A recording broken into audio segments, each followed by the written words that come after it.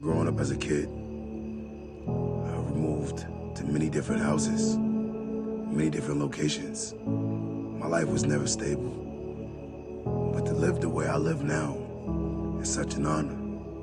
It's such a blessing.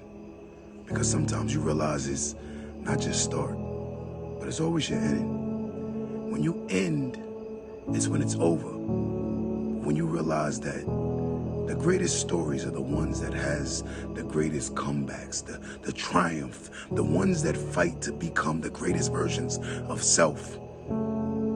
As a child, I lived in many locations.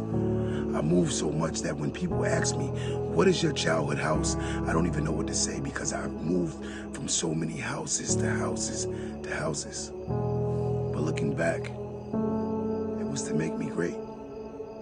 It was the ultimate blessing when I look back.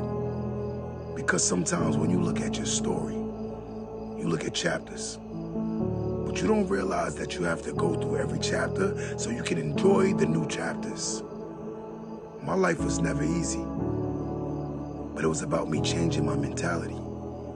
So I had to reprogram my mindset so I can reprogram my results. As I reprogrammed my mind, I noticed that I reprogrammed my results.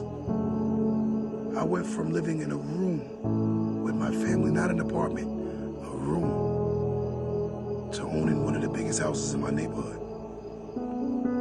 And I don't live in a poor state, I live in New York. And New York is very expensive. But I have to say this, if you believe it, you can achieve it. But if you don't believe it, you will not achieve it. But the one thing I've noticed throughout my whole trials and tribulations, I've always put God first. Because without Him, there is no me. And without me, I would not know God. God has blessed me, and I'm trying to get back blessings to others.